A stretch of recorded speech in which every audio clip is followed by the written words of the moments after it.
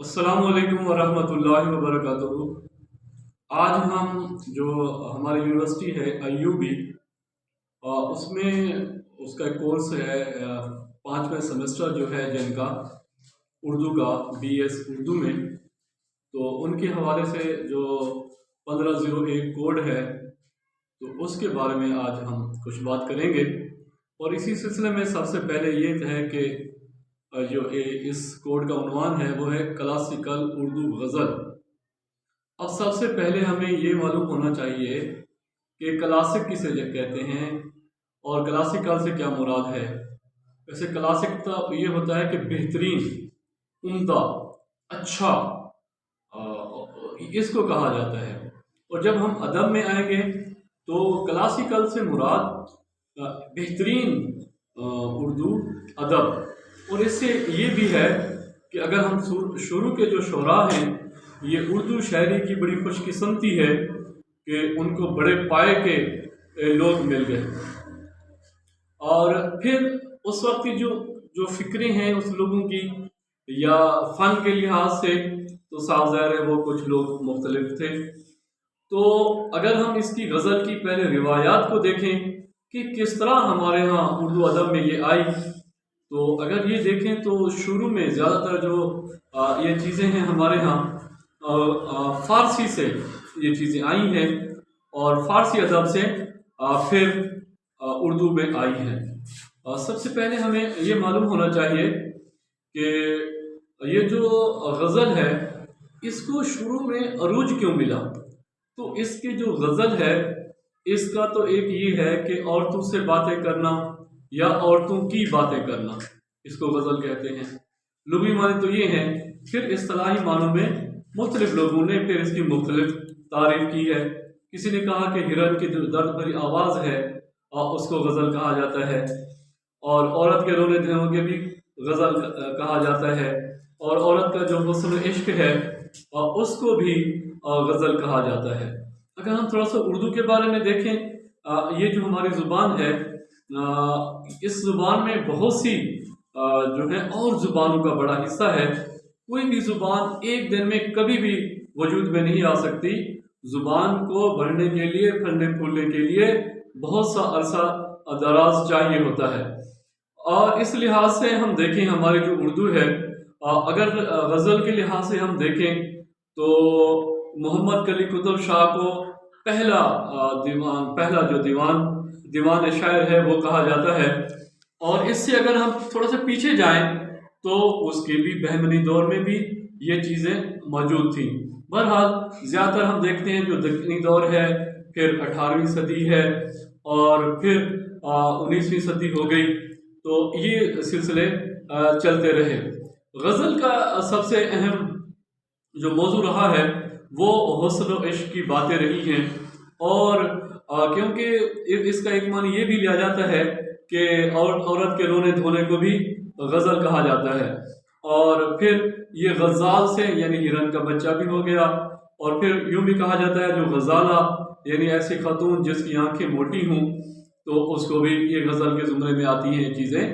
बहरहाल ये है कि शुरू के जो हमारे शोरा हजरात हैं, तो उसको अगर हम देखें यानी वली दकनी से लेकर दाग दहलवी तक इनको शुमार किया जाता है क्लासिकल शोरा में। तो ये जो क्लासिकल शोरा हैं इनमें सबसे ज़्यादा अगर हम देखें उर्दू को फैलाने में जहाँ और बहुत से लोगों का हिस्सा है, तो उन्हीं में फिर हमारे ये वली दकनी भी हैं। मुख्तसर को अगर आपने पेपर लिखना है तो उसमें सबसे पहले आपने ये देखना है कि जो वली दकनी है उसकी पैदाइश कहाँ हुई, वो कहाँ का रहने वाला था। अगर उसकी इब्तदाई तालीम के बारे में मालूम है वो भी बयान करें, और फिर जो उसका कारनामा है शायरी में वो भी बयान करें।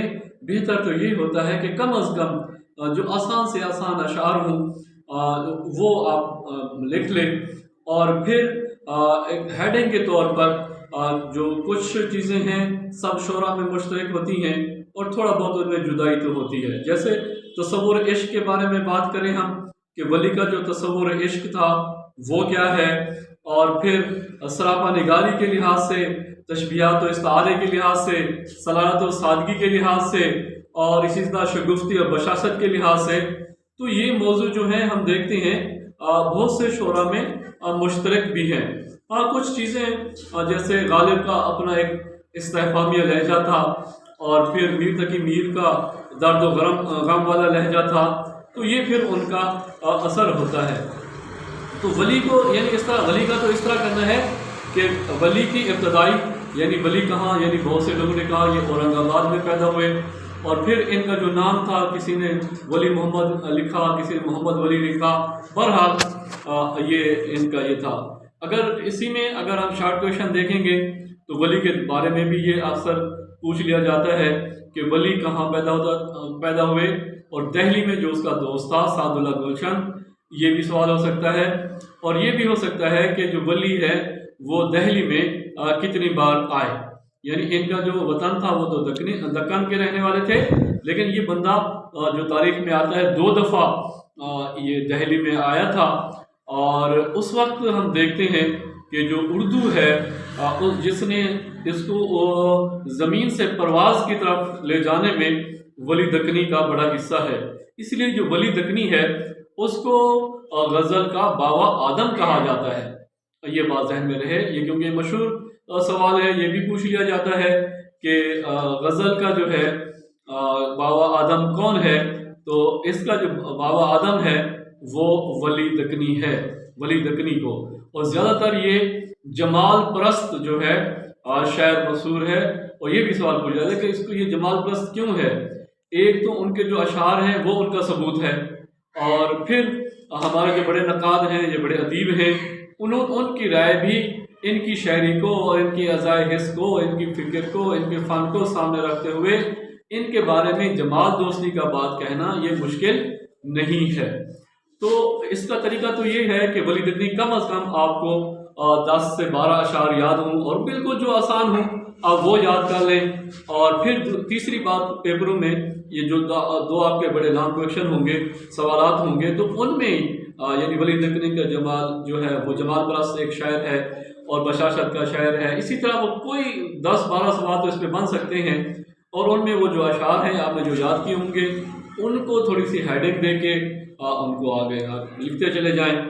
इतनी बहरहाल जितनी मुश्किल समझा हुआ है, ख़ासतौर जो प्राइवेट जो हैं कॉलेज की स्टूडेंट्स अपना यूनिवर्सिटी के, तो फिर उनके लिए ज़्यादा मुश्किल है। जो बाकायदा जाते हैं तो ये जो लेक्चर हम टाइप कर रहे हैं ये उन्हीं लोगों के लिए है जो वहाँ पे जिनका आना जाना तो बड़ा मुश्किल है। बहरहाल तो वली दक्कनी के बारे में हम बात कर रहे थे, तो अगर उसके हम देखें ज़िंदगी को थोड़ा सा बयान करना है, फिर जो और लोगों की राय है जैसे डॉक्टर इबादत बरेलवी हो गया, डॉक्टर अब्दुल्ला साहब हो गए, और कोई और मतलब जिन्होंने कोई इनके बारे में बात कही है, तो उसको जो है हमने बयान करना है।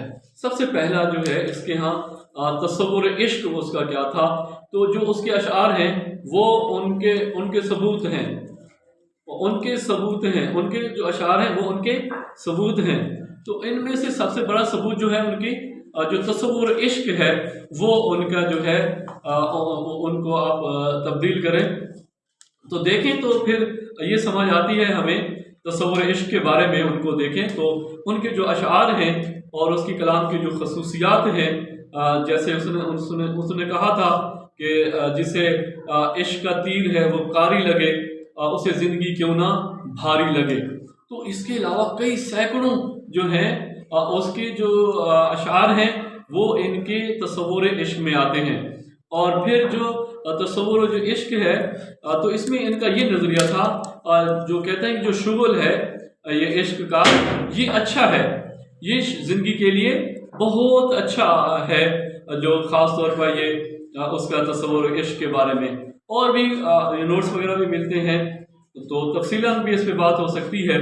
तो इसमें ये है कि बंदा 2-3 अशार इनके याद कर ले तो वो ज़्यादा बेहतर है तस्वुर इश्क के बारे में। और फिर जो है तस्वुर हुस्न, इसको जो जमालियाती लोग होते हैं तो साफ ज़ाहिर है वो ज़्यादातर हुस्न को पसंद करते हैं, हम अपनी ज़िंदगी में भी ऐसा करते हैं। लेकिन एक जो शायर का इज़ाए हिस्स रखने वाला है बंदा, उसका जो तस्वुर हुस्न है वो बड़ा है। खूबरू खूब काम करते हैं یک نگاہ میں غلام کرتے ہیں۔ اب یہ ایک بات ہوتی ہے نوکر ہونا اور ایک بات ہوتی ہے غلام ہونا۔ نوکری تو یہ ہو گئی کہ 8 گھنٹے یا 5 گھنٹے یا 6 گھنٹے کی یہ نوکری ہو گئی، اور غلام جو ہوتا ہے وہ 24 گھنٹے کا غلام ہوتا ہے۔ تو اس لیے انہوں نے کہا کہ یہ بڑا ان کا عجیب کام ہے، جو خوبصورت لوگ ہیں، جو پیارے لوگ ہیں، جن کو اللہ تعالیٰ نے حسن کی دولت عطا کی ہے، تو کہ بڑا یہ خوب کرتے، بس ایک نگاہ ڈالی اور غلام بنا لیا۔ یہ دیکھیں، یہ تصور عشق کے بارے میں ان کے جو اشعار ہیں وہ منہ بولتے ان کے ثبوت ہیں۔ وہ نازنی ادائیں ہیں، اعجاز ہے سراپا، خوبی میں گل رخاں سو ممتاز ہے سراپا۔ تو یہ دیکھیں ان کا کہ کس طرح جو تصور عشق ہے ان کا، وہ تصور حسن جو ہے وہ کس طرح نمایاں ہے۔ بہرحال کافی ان کے اشعار ہیں جو اس بات کا ثبوت ہے۔ تجھ لب کی صفت لال بدخشاں سو کہوں گا، جادو ہے تیرے نینا غزالاں سو کہوں گا۔ تو یہ یعنی کہ اس کا جو ہے ہم دیکھتے ہیں کہ جو تصور حسن پرستی ہے یا تصور عشق ہے وہ بھی ہمیں جو ہے وہ نظر آتے ہیں۔ ولی نے اپنے ایک ولی کی بڑی خاصیت ہے، پھر آگے اس کی بات کرتے ہیں سراپا نگاری پہ، تو اس میں بھی یہ تھا، اور جو اس کا تصور حسن ہے وہ بھی ہے۔ دیکھا ہے جن نے تیرے رخسار کا تماشا، دیکھا ہے جن نے تیرے رخسار کا تماشا، نہیں دیکھتا سورج کی جھلکار کا تماشا۔ ہاں، اپنے جو محبوب ہے اس کو جو ہے بڑا، یعنی اتنی سورج میں وہ چمک نہیں ہے، کسی اور چیز میں چمک نہیں ہے میرے محبوب جتنا تیرے رخساروں میں ہے۔ کہتے ہیں یہ بڑا یہ ہے، دیکھنا ہر صبح تجھ رخسار کا، دیکھنا ہر صبح تجھ رخسار کا ہے مطلع الانوار کا۔ تو بڑے اس کے جو ہیں اس کی اگر ہم دیکھیں، دل کو لگتی ہے دل ربا کی ادا، دل کو لگتی ہے دل ربا کی ادا، جی میں بستی ہے خوش ادا کی ادا۔ یہ اس کا ہی کمال تھا کہ دیکھیں شروع میں اتنا شاعری، اور اس شاعری میں ہم دیکھیں بہت سی چیزیں صرف انہی اشعار میں ہمیں مل سکتے ہیں، وہ بشاشت میں مل سکتی ہے ہمیں، تصور عشق کا بھی ہمیں ان کے یہاں یہ پتہ چلتا ہے، حسن پرستی کا بھی ہمیں پتہ چلتا ہے۔ اور پھر جو سراپا نگاری ہے اگر ہم اس کو دیکھیں تو سراپا نگاری تو یہ ہے کہ سر سے لے کر پاؤں تک اپنے محبوب کی تصویر کشی کے ذریعے ان کی تعریف کرنا، کبھی کان کی تعریف کرنا، ناک کی تعریف کرنا، آنکھوں کی تعریف کرنا، بالوں کی تعریف کرنا، گردن کی تعریف کرنا، ہاتھ کی تعریف کرنا، قد کی تعریف کرنا، اس کے جسامت کی تعریف کرنا، اس کے ہنسنے کی تعریف کرنا، اس کی دانتوں کی تعریف کرنا، اس کے ہونٹوں کی تعریف کرنا، اور اس کے ہاتھوں کی تعریف کرنا، پھر اس کی جو ادائیں ہیں ان کی تعریف کرنا۔ تو یہ چیزیں ہمیں یہ دکھائی دیتی ہیں کہ ان کے ہاں جو سراپا نگاری ہے، بلکہ یوں کہا جاتا ہے جو ولی دکنی ہے وہ سراپا نگاری کا امام ہے۔ ٹھیک ہے جی، اور پھر یہ بات ہے تو ان کو اگر ہم دیکھیں کہ ان کی سراپا نگاری وہ بھی کمال کی ہے، ہر چیز جو ہے ڈاکٹر عباد البریلوی نے کہا تھا ولی دکنی کا کمال یہ ہے کہ وہ حسن کے مختلف پہلوؤں کی تصویر ہی نہیں کھینچتے، اس کی مصوری کرتے ہیں جو حسن کے اثر سے ان پر طاری ہوتی ہے۔ اور پھر سید عبداللہ نے کہا تھا کہ انہوں نے انسانی حسن اور اس کے جو متعلقات ہیں اور کائنات کا جو حسین اشیاء کے حسن و جمال ہیں ان میں جو برقع نگاری ہے، اس کی شیش محل میں حسن محبوب کی جو چمک ہے وہ دوبالا ہو جاتی ہے۔ بہرحال اس کو اگر ہم دیکھیں تو اس تناظر میں کہ وہ نازنی ادائیں ہیں، اعجاز ہے سراپا، خوبی میں گل رخاں ہوں، ممتاز ہے سراپا، مت آئینہ دکھلا اپنا جمال روشن، مت آئینہ دکھلا اپنا جمال روشن، تجھ مکھ کی تاب دیکھے آئینہ آب ہوگا، اے ولی پی کا دہن غنچۂ گلزار حسن، بوئے گل آتی ہے اس کی شوخی گفتار میں۔ ہاں، تو پھر یہ دیکھیں کہ اس کے جو ہیں ولی کے اشعار، اور جس طرح یہ کہا تھا کہ तुझ लब की सिफत लाल बदख्शां सो कहूँगा, जादू है तेरे नैना गजाला सो कहूँगा। तो ये सरापा निगारी हो गई। फिर कद के बारे में भी इसके जो है आँखों के बारे में भी, यानी कोई ऐसा नहीं है शोभा जो इन्होंने नहीं छोड़ा। ए वली सरोकत को देखूंगा, ए वली सरोकत को देखूंगा, वक्त आया है सरफराजी का। और एक सबसे बड़ी बात ये होती है कि तशबीहात व इस्तारे का इस्तेमाल ये गज़ल में, शायरी में बहुत इसका हिस्सा है। वली ने अपनी शायरी में अगर हम देखें तो बेमिसाल जो तशबीहात हैं और इस्तारे से सजा दिया है। वो इशारे और जो है तशबीहात को हुस्न कलाम का रूज लिखते हैं और इसके वो दर्जा इमाम हैं। गज़ल में भी ये चीज़ें बड़ी बयान होती हैं। तो फिर अगर हम देखें इनकी शायरों में कि किस तरह इन्होंने तशबीह जो इस्तारा है वो इस्तेमाल किया है। तू सरसों कदम तलक झलक में गोया है कसीदाए अनवरी का। फिर अगर ये देखें तेरे मुख के चमन को देखने को मुझे फिरदौस रिजवां याद आवे। फिर शाख गुल है या निहाल राज है, शाख गुल है या निहाल राज है, सरोकद है या सरापा एजाज है। तेरे मुख पे ऐ नाजनी ये नकाब, तेरे मुख पे ऐ नाजनी ये निकाब, झलकता है जी में मतलाए आफ्ताब। तो इस तशबीहात इस्तारे की अगर हम देखें तो बड़ी खूबसूरत इसकी मिसालें हमें मिलती हैं। तो बहरहाल ये है कि एक और बात जो है इनकी शायरी में, ये सारी मैं उसकी खसूसियात बता रहा हूँ, उसका फ़न बता रहा हूँ। और फिर जो है सादगी और सलालत, जिसको अता हुसैन ने भी कहा था कि अच्छे शायर की शेर की या शायर की मिसाल ये है कि उसके वो मुश्किल पसंदी बहुत कम होती है, वो आम हो। सादगी सलालत का ये मतलब है। तो इसमें अगर हम देखें तो इनकी शायरी में सादगी भी है, सलालत भी है, आम फहम भी है और शगुफ्तगी भी है, एक ताज़ापन है। बाज़ जो शायर हमें पढ़ के खुद गमज़दा हो जाते हैं, लेकिन ये है कि ये हमें देखना चाहिए कि इनकी शायरी को पढ़कर हमें गम वाली हालत कायम नहीं होती। वो जो हिजर की रातें हैं, वो जो हिजर की बातें हैं, मेरे ख्याल में इनकी शायरी में बहुत कम है। एक वल्वला है, एक ताजगी है, एक शगुफ्तगी है, तबीयत भी उदास नहीं होती बल्कि एक खुश तबा उसमें होती है। तो इस लिहाज से हम देखें कि इनकी शायरी में ठेठ ज़ुबान उस वक्त जो थी वो भी हमारे सामने आती है। वली दकनी अपने कलाम में ठेठ ज़ुबान यानी वो वहाँ की जो असल ज़ुबान है, फिर उनको शायरी में परोना ये वली का ही कमाल था। हिंदी भी थी उस वक्त और फ़ारसी भी थी, फ़ारसी का तो गलबा था, और फिर ये वली दकनी की अपनी गज़लें भी थी। तो ये सारी चीज़ें फिर ठेठ ज़ुबान में आती हैं। एक और बात है इनमें कि एक आहंग और तरन्नुम जिसको मुसीक़त हम कहते हैं, वो भी इनकी शायरी में मौजूद है। आजिज़ा के ऊपर सितम मत कर, इस कदर सख्ती ऐ सनम मत कर। तो अब ये देखें, एक तरन्नुम भी है, मुसीक़ियत भी है, नज़मियत भी है।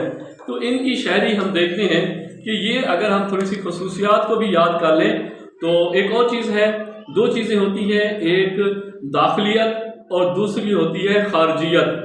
दाखिलियत तो ये होगी कि अंदर की बात, अंदर का गम, अंदर की कुढ़न, अंदर की जो शायरी है जिसमें ज़्यादातर जो गम हैं वो बयान किए जाते हैं। और एक चीज़ होती है खारजियत, उसमें गम होते हैं लेकिन बहुत कम इस्तेमाल होते हैं, और बहर की जो माहौल है और बहर की जो चीज़ें हैं, फिर उनको जो ज़हरन चीज़ें सामने होती हैं वो सारी चीज़ें खारजियत में आती हैं।